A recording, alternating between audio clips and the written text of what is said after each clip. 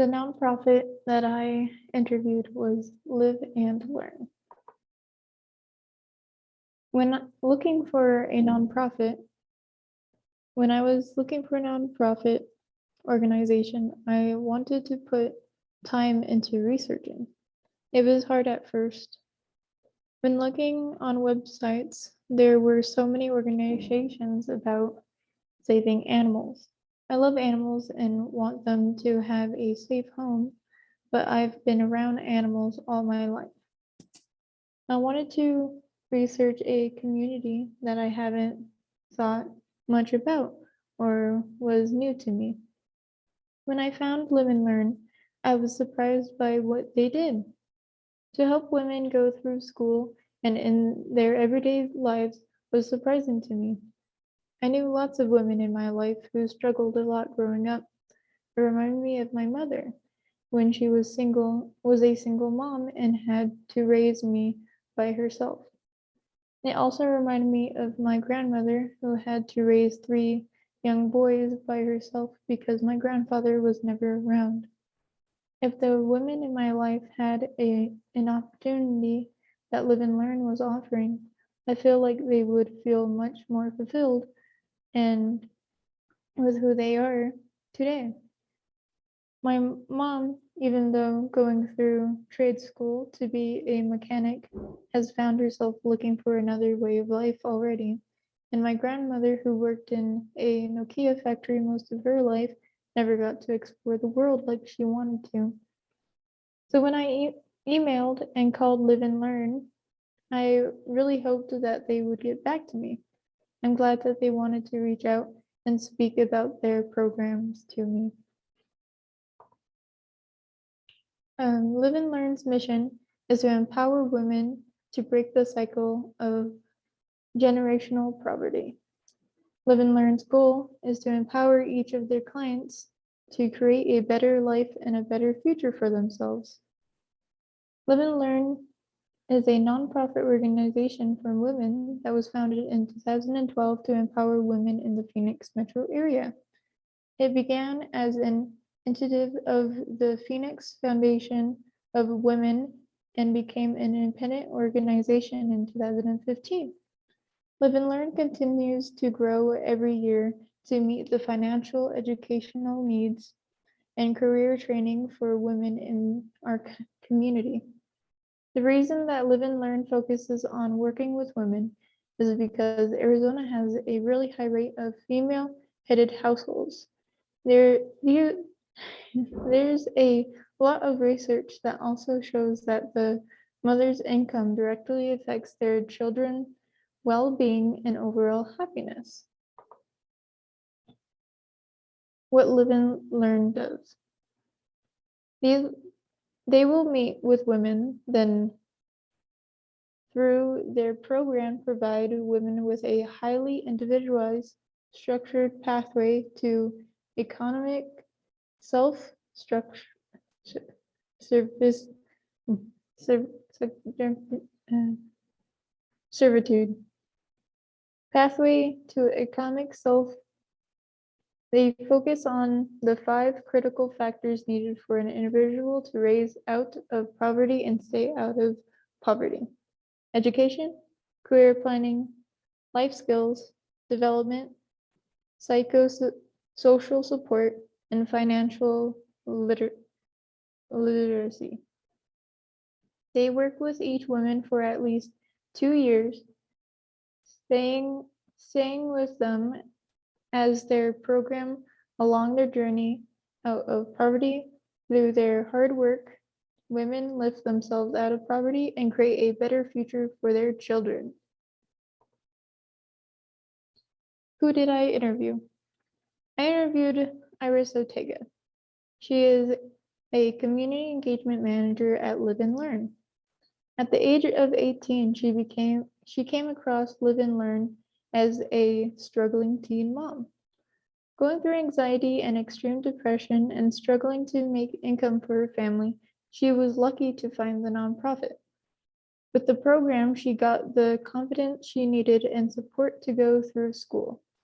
Once she graduated from college, she realized that she wanted to work at Live and Learn to give other women the same opportunity she got. In the program side of things, it is a team effort. All of the clients, coordinators, coming together and putting the workshop together. On the development team, there is one lead for events, but they support each other depending on the needs. So someone will put together an event, but have the team members that are there to support throughout with whatever is needed, and vice versa. It helps to have one lead staff that is in charge to make sure things are going well and delegate tasks as needed. I found out that the whole team will get together near the end of the year and plan out what events they need and want to take place for the upcoming year. They will brainstorm together how many charity events they will host, then sprinkle in community events between the charity events. It is called the 1:3 ratio. It's one fundraising event for every 2 community events. They also make a strict budget to follow due to the money they have is from donations. Due to COVID, they might have to change events quickly. They will make wiggle room for events happening nowadays. Some future planner advice from Otega. Get creative. There's so many ways to do events out there, and people are looking for different things so think outside the box. Social media is a huge opportunity right now in a very low cost opportunity to put together events. People, especially with COVID, get used to doing a lot of things virtually. People are going to be open to the idea of participating in virtual events. People are busy and people have a lot going on. So having opportunities for them to either join virtually or do programs after an event has been useful. Events. They do charity events with community building events in between. One of their recent community building events was online yoga. You were able to participate from 11:30 a.m. to noon, or you could get a sleep-in ticket and watch the recording later on. The sleep-in ticket is for people who want to support and be a part of the community, but have a busy work schedule. The yoga event was to reflect on current changes and let go of stresses with the nonprofit community. Another community bonding event is their coffee and with Live and Learn. The coffee events are usually by one of their supporters called Powered by Coffee Roasters. They will talk about housing and children issues that are affecting women in the program. At the community events, they want to talk about issues Arizona is having that impact their community. It makes their community think about what is happening now and what they can do. In these types of community events, they have trivia with prizes that participants can win. Fundraising events are events that have more variety of people who attend.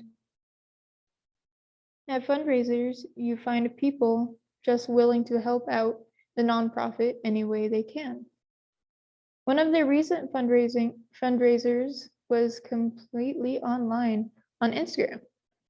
People in the community joined their live stream and talked to the member of the staff. They ended up raising $5,000 in one day. Because of COVID, the nonprofit was using their creativity to make money. The online fundraiser was a great example of an event adaptation. The interaction made people excited to join the live stream and donate money. They also have International Women's Day brunch for the women in the program. So at those events, you find so many, you have, at those events, you have to be a client in the program. So you have to be a woman and you have to have ex and experience domestic violence, extreme poverty, or homelessness. Compared to charity events, which are donors from all walks of life, or community events, which tend to be a mix of donors and clients.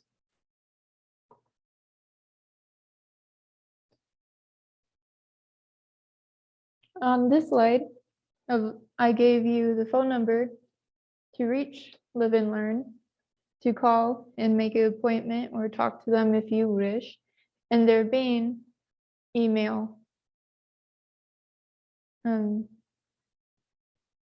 At the moment, on the liveandlearn.org website, they do not have a internship or volunteering open on their website. But Ortega, in her interview, wanted to let everyone know if they want to do volunteering or need internship opportunities to reach out and let her know. I just make sure to email her who you are and where you are coming from, and tell her about yourself and why you'd like an opportunity at their nonprofit. That's the end of my presentation. I hope you got a lot of information about Live and Learn, and you also think Live and Learn is really interesting. And yeah, thank you. Yes.